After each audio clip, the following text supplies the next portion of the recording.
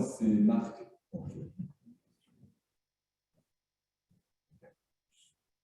Bonjour à toutes et à tous. Avant toute chose, je me vois contraint de sacrifier à l'exercice de la transparence. En effet, il me faut révéler le fait que je suis, avec la dame, docteur de cette vénérable institution. Je précise aussitôt que, dans mon cas et dans celui de Jalal, cette circonstance ne saurait être discriminante. Ce soir, je n'aurais laissé mon siège à personne, pas plus que Jalal. Cette circonstance ne saurait pas plus corrompre ma liberté d'esprit, mon indépendance de jugement, ma parfaite objectivité, dans ce qui va nécessairement prendre la forme d'un éloge. Madame la Présidente, Madame la Directrice, cher Thomas, Sorbonne arbitrage, on l'a rêvé, Thomas. Non, là, on pourrait m'accuser de parler. Je recommence. Sorbonne arbitrage, on l'a rêvé, voilà, c'est fait. Un beau slogan, une belle enseigne et une grande joie, en plus d'une fierté pour la femme, de parrainer ce déjà rendez-vous incontournable de la communauté arbitrale qui vient s'ajouter à un autre rendez-vous incontournable. Je veux parler bien sûr de la conférence annuelle. Madame la Présidente, Thomas, merci de n'avoir pas succombé à la tentation d'un Sorbonne arbitration. L'Association française d'arbitrage s'en félicite. C'est bien de pouvoir insister sur la contribution essentielle de la France au débat des idées dans l'arbitrage, et c'est bien de mettre en lumière les auteurs, et quels auteurs ce soir, qui contribuent à alimenter ce débat. Entre l'AFA et les auteurs, allez, osons cette déclaration, 14 février oblige, c'est une histoire. Pour preuve, l'AFA a été créée par un auteur, et non des moindres, Jean Robert, docteur en droit en 1929 de cette même université. Auteur du premier traité d'arbitrage en 1937, initiateur et rédacteur de la Convention de New York de 1958, créateur de l'ICA en 1961, Jean Robert a aussi contribué au développement de la CCI, tout en étant convaincu qu'il fallait proposer une alternative à la CCI avec une institution d'arbitrage de culture civiliste et francophone, à rayonnement national et international. À cette fin, il a créé l'AFA en 1957. En cette année 2022, si je compte bien, nous fêtons donc, en plus du lancement de Sorbonne arbitrage, les 65 ans de l'AFA. Ce n'est pas rien. Peu d'institutions d'arbitrage dans le monde peuvent revendiquer une telle longévité. Alors, pour en revenir au lien que l'AFA entretient depuis sa création avec les auteurs, je me dois rappeler que, par son prix de thèse, l'AFA a contribué au rayonnement d'une génération d'auteurs spécialistes de l'arbitrage. Thomas en est l'illustration. Par ses conférences annuelles, l'AFA a donné la parole aux plus éminents auteurs en matière d'arbitrage, parmi lesquels Pierre, mais pas que, notre regretté Emmanuel Gaillard et plus récemment Pierre Tercier. Finalement, et c'est une touche personnelle, je suis d'autant plus heureux du partenariat qui se crée entre l'AFA et Sorbonne Arbitrage pour ce rendez-vous des auteurs. Alors maintenant, j'ai compris qu'il s'appelait le rendez-vous des lecteurs de l'arbitrage. Mais en tout cas, les auteurs sont bien à la fête ce soir, que c'est dans l'amphithéâtre de la Sorbonne que j'ai suivi en maîtrise mon premier cours d'arbitrage. Alors, je ne vais pas cacher le plaisir que j'ai à intervenir dans ces murs pour féliciter la Sorbonne et Thomas de leur belle initiative. Daniel, Jalal, en paraphrasant un grand scientifique et auteur, vous avez la connaissance et vous osez l'imagination. Et pour citer Schopenhauer, il fallait bien que je cite un écrivain dans ce temple des lettres. Quand vous achetez un livre, il faudrait aussi acheter le temps de le lire. Alors, si je regrette de ne pas avoir acheté, en même temps que votre livre, le temps de le lire en une traite, j'entends dans son intégralité, je me console en sachant que je vais pouvoir maintenant vous écouter, exposer et défendre les idées qui le nourrissent. Bravo pour votre ouvrage. La parole est aux auteurs.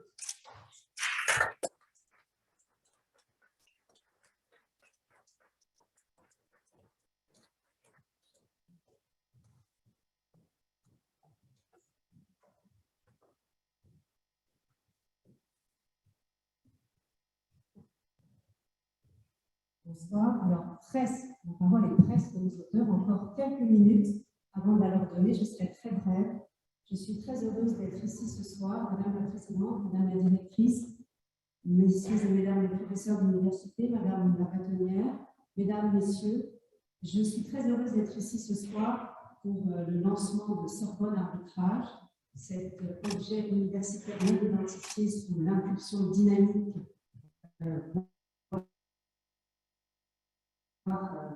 dynamique de Thomas, que je connais depuis longtemps et auquel je suis ravie de contribuer à ce lancement. Je suis d'autant plus contente également d'être là parce que je connais bien les deux auteurs, Daniel Magui, qui est le président de la commission arbitrage du CNAP, et Jalal El-Haddad, avec qui on a longtemps et fréquemment contribué à des événements en faveur de l'arbitrage et qui est également à contre-CNAP.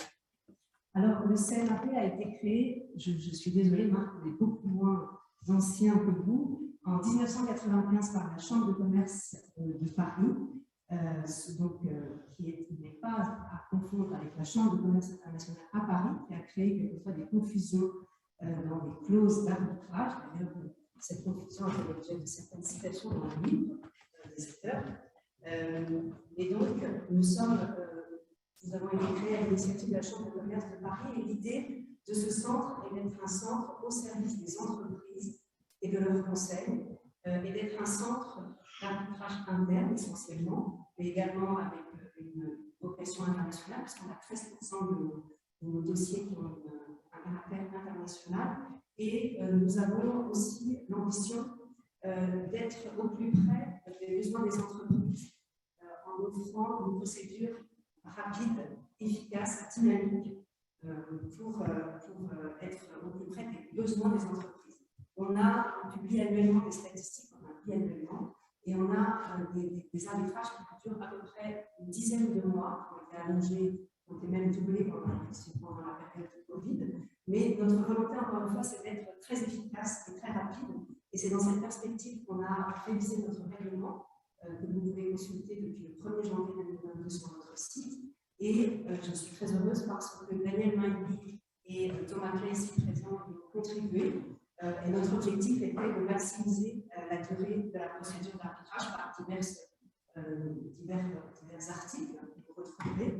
Notre idée, et je terminerai là-dessus, c'est encore une fois de répondre aux besoins des entreprises pour que l'arbitrage, qui, bien sûr, dans un environnement aussi solennel que celui de ce soir, nous rappelle que c'est une procédure qui est confiée à des éminents spécialistes, mais il faut aussi que cet arbitrage puisse être accessible aux entreprises et à leurs conseils.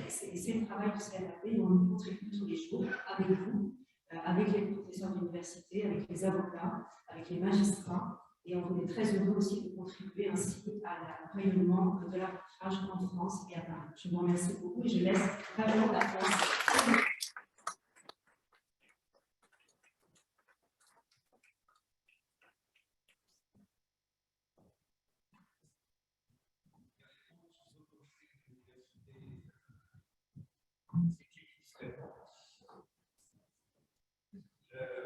Et je les remercie vraiment à nouveau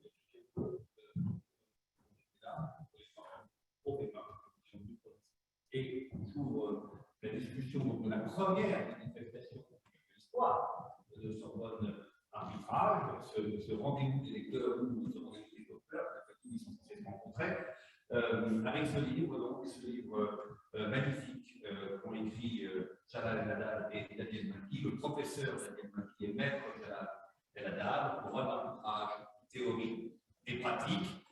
Alors, pour ceux qui ne le connaîtraient pas encore, Daniel Magui est donc professeur dans cette université depuis le 1er septembre, après une grande carrière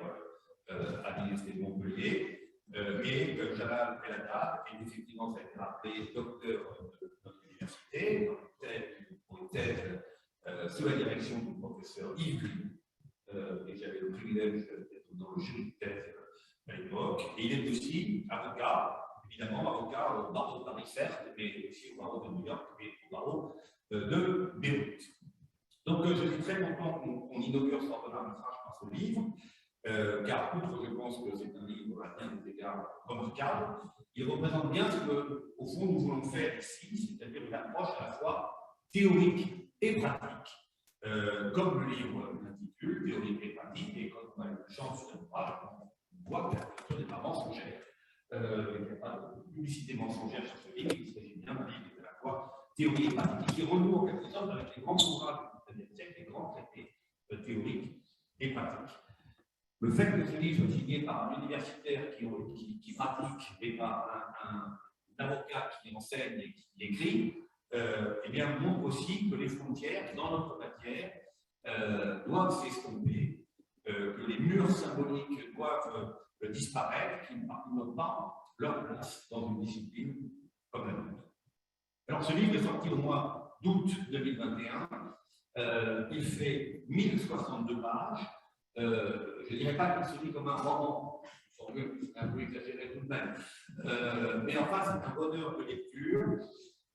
Il est préfacé par le regretté Emmanuel Gaillard, et qui s'appelle magnifique d'ailleurs.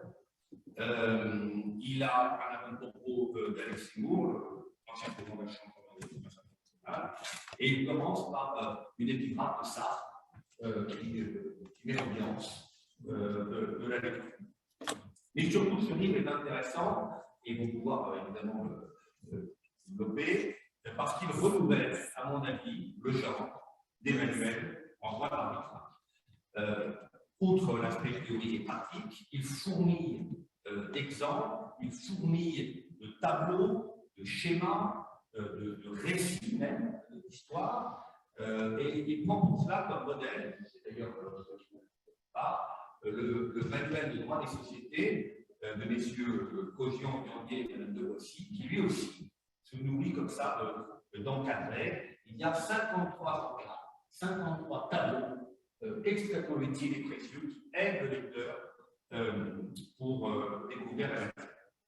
C'est aussi un livre qui ne se contente pas d'exposer le droit, mais qui expose des grandes affaires qui ont traversé la matière, qui ont parfois divisé la communauté, ou un peu d'ailleurs, et je pense que c'est un des éléments qui aussi fait la valeur.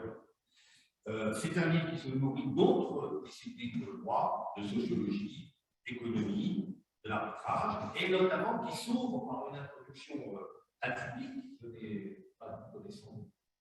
Ça fait 183 pages, l'introduction du livre, qui donc, lui aussi, d'une certaine manière, n'est pas sans dégâts.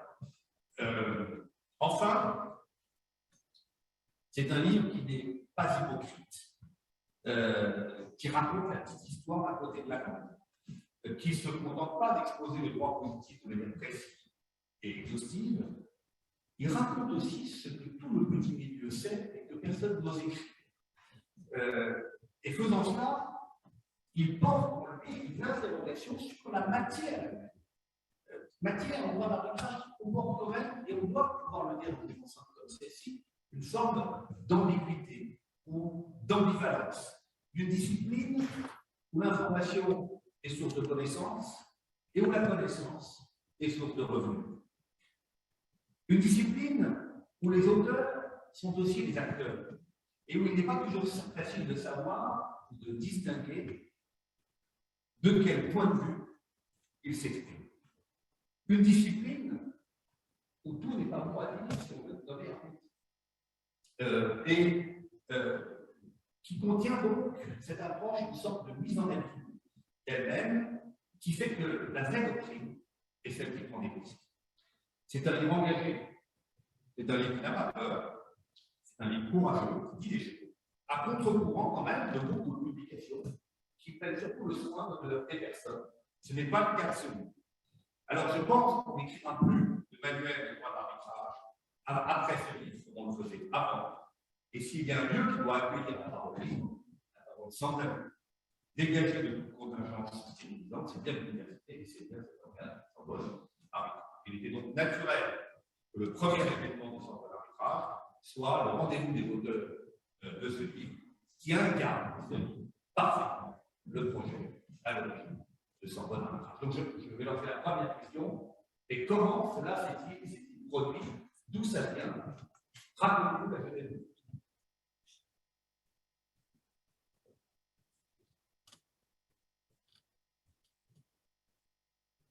Merci beaucoup Thomas pour cette introductive, mais non moins dithyrambique. Évidemment, qui nous rend particulièrement humbles, malgré chacune des lieux. Et avant de répondre à cette question, je souhaitais te remercier évidemment et remercier l'Université Paris 1 qui reste avec une place importante dans mon cœur, pas simplement parce que j'ai soutenu une thèse, parce que j'ai enseigné, parce que j'ai étudié. Également, évidemment, le CMAP et l'AFA qui se sont unis pour nous aider à mettre en place ce premier événement. Vraiment, je tiens à les remercier. Et puis que j'ai appris à connaître, puisque exactement comme il y a un équilibre à trouver entre la théorie et la pratique, bien comme un jeune vieux couple, on a appris à se connaître, à s'approcher, lui étant évidemment du monde universitaire, ce à quoi je n'ai jamais vraiment appartenu, tout en enseignant, puisque les professeurs tous très connus, dont j'ai lu tous les écrits qui sont ici présents à Paris 1, ils savent bien être professeurs, Thomas Pixé et Daniel aussi. C'est quand même, en tout cas en France, c'est une réalité. La crème de la crème des juristes. Et ça, je le dis pas pour flatter les égos, mais simplement parce que j'ai eu affaire à des professeurs d'autres systèmes juridiques. J'ai eu affaire également à des professeurs de droit en France pour des consultations, pour rédiger des mémoires. Je peux vous dire, il y a avant et après.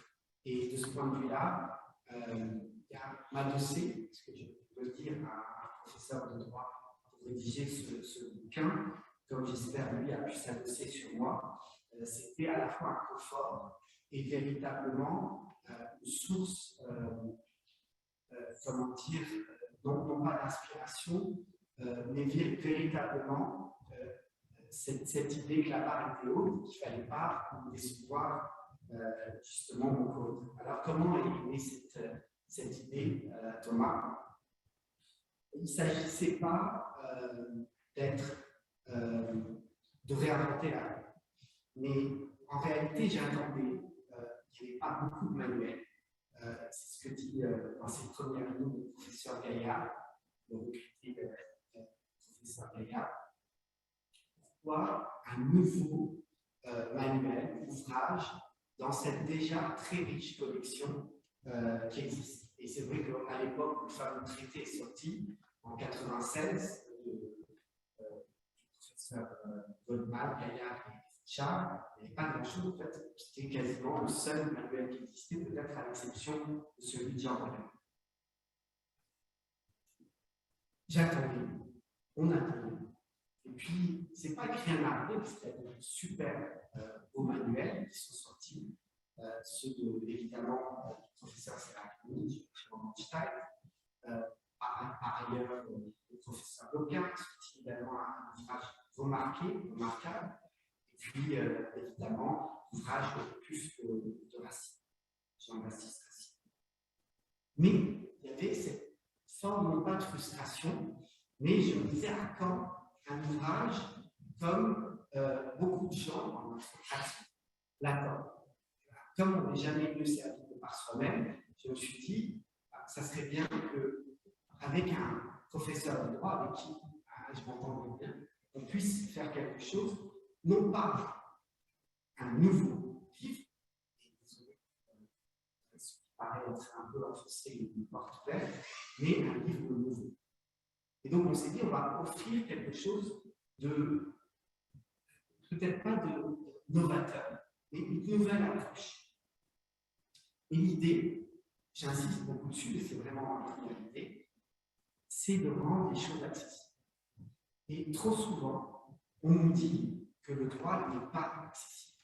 Alors, il y a beaucoup d'efforts sur une dizaine d'années pour que le droit soit plus accessible, moins latin, la manière avec laquelle le droit est enseigné, mais malgré tout. Et j'aimerais juste, ça a fait tilt, revenir sur ce que quelqu'un qui appartient à une très jeune génération, beaucoup d'étudiants ici, qui a la vingtaine, qui s'appelle Grégoire Cascard, qui a fait une application qui s'appelle Élise, et qui a écrit un livre qui s'appelle Les Engagés, pour lutter contre l'abstentionnisme. Et il faisait part d'une fatigue démocratique qui est réelle, comme tous. Il dit comment rendre les choses accessibles aux jeunes pour qu'ils aillent voter. Et l'idée était de dire, plutôt que l'arbitrage, plutôt que les jeunes qui sont déjà prêts à l'arbitrage soient séduits, faisons en sorte que l'arbitrage essaye de séduire les jeunes praticiens ou même les jeunes étudiants. Et puis, il y a la deuxième idée, qui est l'idée de défendre l'arbitrage. Aujourd'hui, c'est aussi une réalité, plus rien n'est acquis. Même nos acquis démocratiques, on le voit bien, ils sont mis à rude épreuve. Et ce n'est pas nouveau. L'arbitrage est également fait l'objet d'une fatigue. Une fatigue à cause de tout, une fatigue qui est liée à plein de bonnes, d'ailleurs, et des mauvaises raisons. Et je me suis dit, je l'avais déjà fait par une petite vidéo, j'essayais de vulgariser les choses, il faut défendre l'arbitrage en un moment justement accessible. Et surtout, on voit encore, je l'ai mis cette fois-ci sur le plan un peu plus international, il faut continuer à se parler. Et évidemment, débattre comme on fait aujourd'hui, mais également échanger par des arguments plutôt qu'autrement. Alors, c'est très pompeux, je vous promets tout ce que je dis, ça peut paraître pompeux, mais venant d'une culture et ayant été confronté à la culture, parfois c'est toujours très compliqué de se comprendre. Je me suis dit, eh bien, on va rendre les choses le plus accessibles possible pour qu'on puisse se comprendre les uns les autres. Et puis, le professeur Clé a parlé de réarmer, c'est ma dernière idée, l'arbitrage, la place, le droit français de l'arbitrage. Et moi, je pense qu'il serait aussi bien, et c'est ce à quoi on a voulu modestement parvenir, il faudrait réenchanter l'arbitrage. Là encore, c'est ce que j'ai indiqué juste à l'instant, l'idée que l'arbitrage fait l'objet d'une fatigue.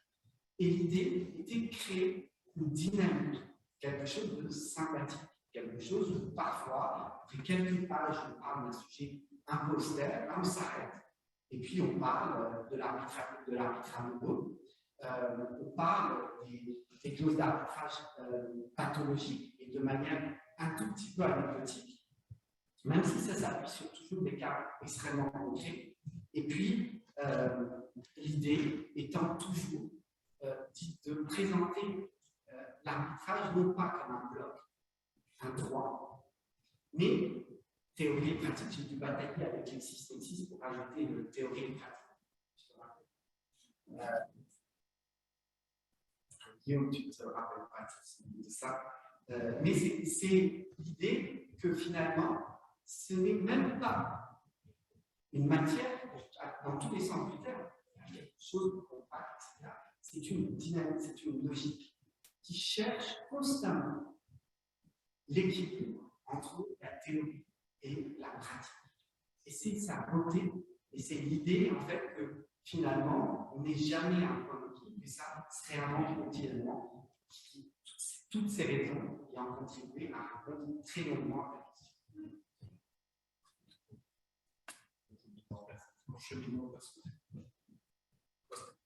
Je suis différente, parce que je n'ai pas soutenu ma thèse à Paris, je n'ai pas fait d'études à Paris 1, je suis un provincial, je suis même un immigré, un breton immigré en terre méditerranéenne. Et mon maître, moi, c'était un spécialiste de droit des contrats, c'était Jean-Marc Monson. Et ce spécialiste de droit des contrats était un praticien de l'arbitrage. Et il m'avait enseigné, ce que je retiens de son enseignement, c'est que tout système juridique combine deux situations qui correspondent au génie juridique au sens militaire du terme, c'est-à-dire à la fois construire et à la fois détruire. Construire pour construire des contrats, pour construire des montages, pour imaginer des solutions à un certain nombre de difficultés qui sont posées aux juristes. C'est essentiellement l'enseignement des techniques. Mais également détruire, c'est-à-dire critiquer ce même montage lorsqu'il s'agit d'envisager un contentieux et de ce point de vue, la meilleure technique pour résoudre ces litiges, c'est l'arbitrage. Et donc, il pratique l'arbitrage, il m'a mis assez tôt, je veux dire, le pied à l'étrier de l'arbitrage. J'ai participé à de très nombreux arbitrages avec d'ailleurs un certain nombre de personnes qui sont dans cette salle. Et ça m'a conduit à essayer d'envisager un enseignement de l'arbitrage un petit peu différent, il n'y a pas de tradition d'enseignement de l'arbitrage particulier, de le faire à travers un concours d'arbitrage. Et donc j'avais créé le concours international d'arbitrage de Montpellier, le SIAM, et avec lequel nous étions en partenariat avec le CMAD depuis très longtemps. C'est à cette occasion que j'ai rencontré Jalal. On s'est tout de suite vu, je veux dire, c'était Saint-Valentin. Et assez tôt, il m'avait proposé de rédiger un contrat, de travailler ensemble. Je dois dire que c'était un pari qui était pour moi pas gagné d'avance. Parce que l'arbitrage c'est une chose, le droit d'arbitrage c'est une autre. Écrire en droit d'arbitrage, j'avais connu quelques commentaires de décision de justice, mais franchir le pas et intégrer la communauté des auteurs qui écrivent en droit d'arbitrage, c'était un risque considérable. D'abord, le risque et le risque de l'échec. C'est-à-dire que c'est Thomas qui m'a incité à franchir ce pas. Et nous avons commencé, il y a maintenant très longtemps, puisque nous avons pris la décision de rédiger cet ouvrage en 2014, et il nous a fallu 7 ans de rencontres, de gestation, de discussion, de réflexion pour parvenir à cet ouvrage. J'en viendrai sur un certain nombre d'entités que nous cherchons à défendre plus tard dans cet ouvrage. Le cheminement, voilà, c'est celui-ci, et je dois dire, finir sur mon point de que je suis extrêmement fier et en même temps extrêmement ému d'être ici, d'être accueilli alors que je suis de Bisu, le petit jeune de Sorbonne Arbitrage. Je suis extrêmement fier d'être parisien désormais et de participer à cette première de Sorbonne Arbitrage avec des personnages aussi considérables que ceux qui ont été cités. Donc, tout cela, merci. Merci. Alors, moi, j'ai préparé un certain nombre de questions, mais l'idée, quand même, c'est de racheter avec la salle et d'expliquer tout le monde, pas lui, vous ne connaissez pas par cœur. Mais évidemment, s'il y a des questions qui se posent, il ne faut pas hésiter à les poser, même si d'ailleurs on a plein de mouvements. Par exemple, on a peut-être une brève présentation pour répondre aussi aux questions. C'est un ouvrage que nous avons organisé. D'abord, il y a eu un choix de plan qui nous a conduit à faire deux solutions. La première, c'était de faire une introduction longue et de l'ériger en une partie. C'est une partie introductive qui fait corps avec les autres parties classiques, la convention d'arbitrage, deuxième partie, l'instance arbitrale, troisième partie, la sentence, le recours d'exécution, quatrième partie.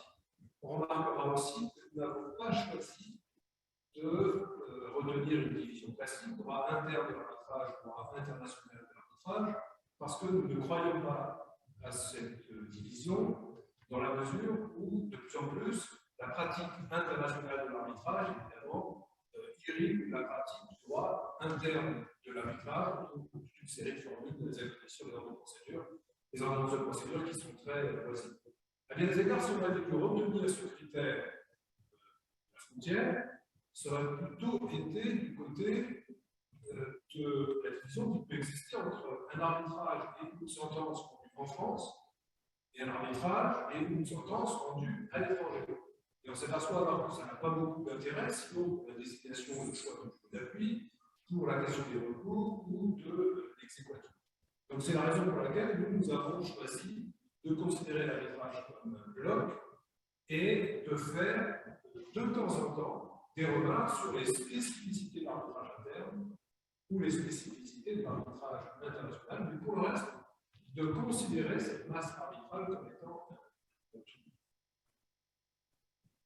J'ajouterai les grandes cet ouvrage ayant été présenté par Daniel, que ça fait partie, comme l'a rappelé Thomas, des spécificités de cet ouvrage.